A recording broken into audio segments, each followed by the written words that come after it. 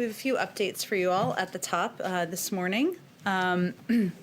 First, today, the President is signing 3 executive orders to rebuild and strengthen our immigration system. These actions are centered on the basic premise that our country is safer, stronger, and more prosperous with a fair, safe, and orderly immigration system. Today's actions do a number of things. The first executive order creates a task force chaired by the Secretary of Homeland Security to reunify families, which will work across government to find parents and children separated by the prior administration.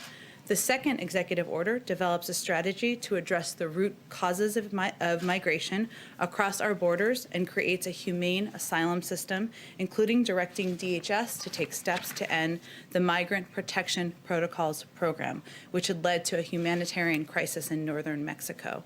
And the third executive order promotes immigrant integration and inclusion and ensures that our legal immigration system operates fairly and efficiently by instructing agencies to review the public charge rule and related policies.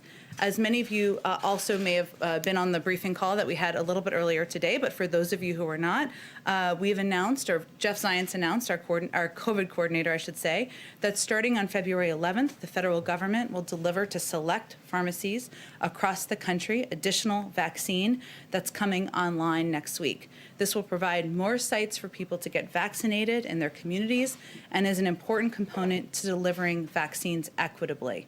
More than 90% of Americans live within 5 miles of a pharmacy. And I don't know about you, my mother-in-law, my family calls me all the time figuring out how they can call the CVS and find out when they can get their vaccine. This is a limited launch of the program, but supply will ultimately go up to 40,000 pharmacies nationwide.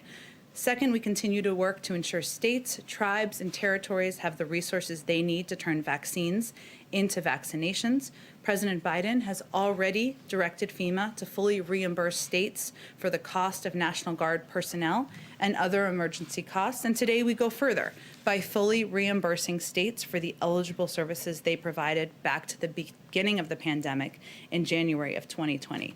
That means that states will be fully repaid for things like masks, gloves,